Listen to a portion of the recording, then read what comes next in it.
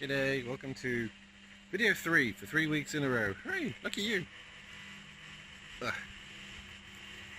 I'm going to go more about the books I've been reading this year and the order I've gone reading them in, because that's what you do, naturally. You can see a cat running in the background, lucky cats, yeah? Alright, so, if you didn't see my list, here it is. Thrilling stuff, I know. But, back to reality. Hi. So this is kind of the stack of books. You'll notice all the ones turned backwards. I don't physically have a copy. I've found them, I've lost them, they're gone. This Lord of the Rings, I'm not reading it twice. This represents the second book, and this should be the third book or something like that. But anyway, so January came.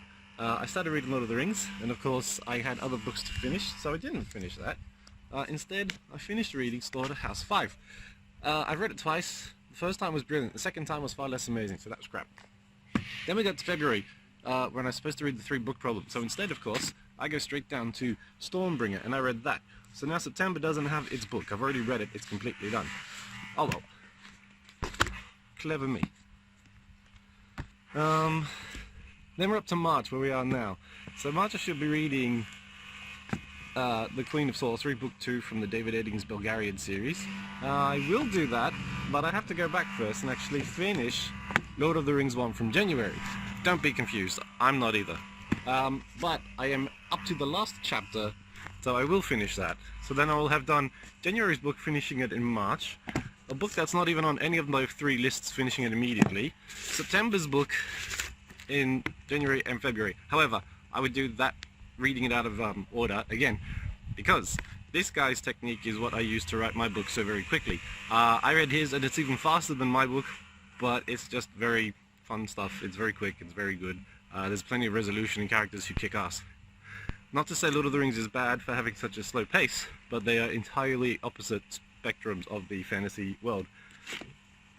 So the 3-body problem, I probably won't read this until after the Queen of Sorcery, because Queen of Sorcery is still fantasy. This is science fiction, and after Queen of Sorcery comes a book I don't have. You can see it here represented by a random book tipped backwards. Space Unicorn Blues. I picked it up purely for the title. It sounded funny. It reads very slowly. The ideas might be good, but it takes forever. Like, the characters are in the opening bar fight scene for 4 chapters. It should have been 2. But, you know, it was by TJ Berry. I think they're an up-and-coming New Zealand writer. And the main character was in a wheelchair. The other main character is a human half unicorn, and they need the unicorn's horn to power space flight travel at all, so it's very rare.